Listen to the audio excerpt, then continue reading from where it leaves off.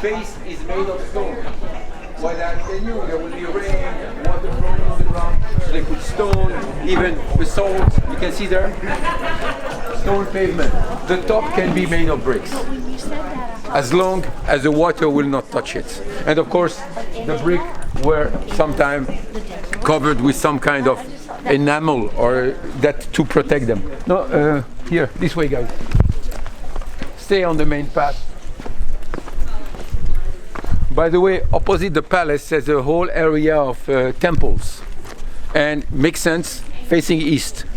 Since the dawn of mankind, when they started to believe there were some forces that ruled their life that were higher than them, before thinking of gods, the sun was that element.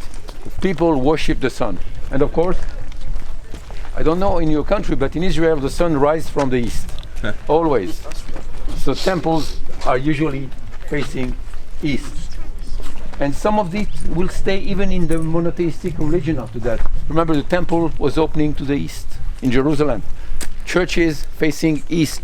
East has always been very strong, and we have to say the sun rising. Of course, the moment Judaism appeared, they say it's not the sun that he's a god, it's God that created the sun. It doesn't change the fact that the sun is making our life good, of course. Okay. I thought I was taking the shorter way, but it's okay. Follow me.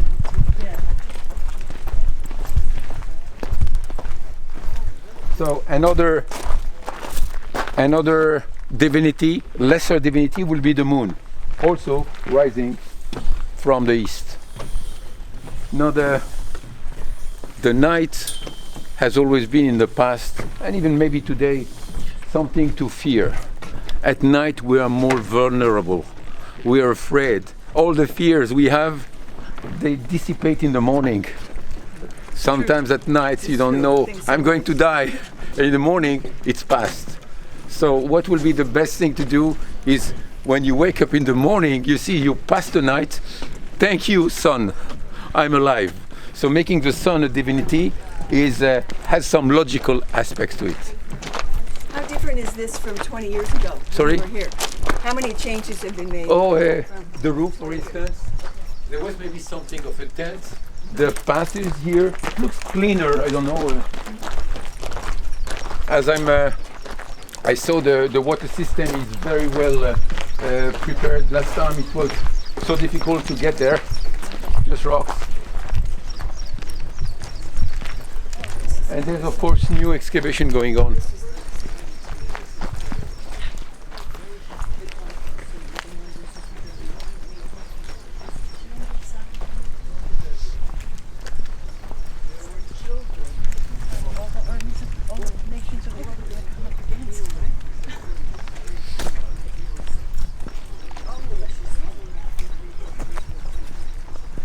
So just for you to understand, as we are walking here, we are on the upper city, just down here.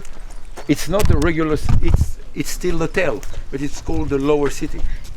Altogether, 200 acres. That's a big place. Could this be an older city? Yeah, no. We are talking of the tail that has two levels.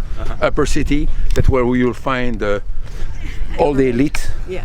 The king, his ministers, family, administration, and administration, I would say, will be on the lower level. That's called the lower city. But it's still higher when you compare it to the rest of the ground. Can you see that here? Much, much higher. Now, there's where's the Jordan River from here? You want to guess? Or the Jordan Valley? You don't see the river, but you know there's a valley. Where is it? Lebanon's there. South of here. Okay, where? South of here. Did we cross the Jordan yet? No. So that means Jordan should be to the west. To the east, sorry. You understand that? Yeah. Jordan should be to the east of us. Right. We are at the west.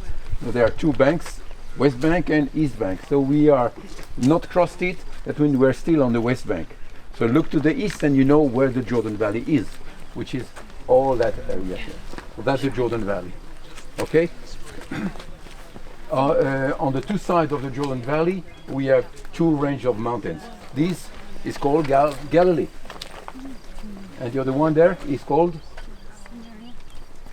Golan. Remember Golan? We're going to Golan. Soon we'll cross and go to the other side, Golan. So the Jordan Valley flows this way. Now we have to understand something. If you look that way, look at this direction, toward more or less the east. Can you see that the ground is high? It's like on the same level of the tail. You see there? All the way to there. Now, I told you the Golan Heights is volcanic. Sometimes far in the past, volcanoes started to erupt on Golan Heights, and some of the lava flows came down to the Jordan Valley. More and more and more, what happened? What happened? More and more flows of lava came to the valley. What did they do? And causes a dam. A dam. It blocked the Jordan. Make sense? Yeah. If you bring a lot of lava in a valley and it flows always at the same spot, layers upon layers, what do you have? A dam. That means on the Jordan Valley. And the result is the Jordan River is blocked by this dam, natural dam, not a man-made, is blocked. And what happened to the water? They rise. I mean, the valley of the Jordan becomes a lake. These are the waters of Meron, and that's here. And it's called today the Hula Lake. Today we call it the Hula Valley because in the 1950s, when Israel was just after the war and developing and creating, it looked like a good idea to drain the lake in order to give more agriculture, which we learned later that was a very big ecological mistake. But that was the idea in the 1950s, and the waters of Meron have disappeared. So in old maps of Israel, we still see a small lake, then a bigger lake, that's Tiberias, Sea of Galilee, and a bigger lake in the Jordan Valley, which is the Dead Sea. Three lakes that are fed by the same river, the Jordan River. So one is down, two more to go. Dead Sea is on its way, sadly. But you understand that that's here. So the dam here created also another opportunity. If the if the sea highway was coming from Megiddo, remember Egypt, Megiddo, Hazor, remember they could not cross the Jordan, so you went toward the spring that flows at the foot of Mount Hermon. It's in the haze, we don't see it, but it's there. Jordan starts from the foot of Mount Hermon. So the main road went that way, on the side of a swampy lake that was here, and then went to the spring and along the spring and continued toward Damascus, toward east. Okay? But here we had a ford. Why that? Because once the lake was formed, eventually the water of Jordan started to flow over the dam. And there the water was not deep. That's where people were passing. So Hazor had a double strategical place on the main highway, but also at some period gave a connection, a shorter connection, straight to the east through that natural dam. Now, we cannot use a dam today with a road. You know why? Because in order to drain the lake, what did Israel do?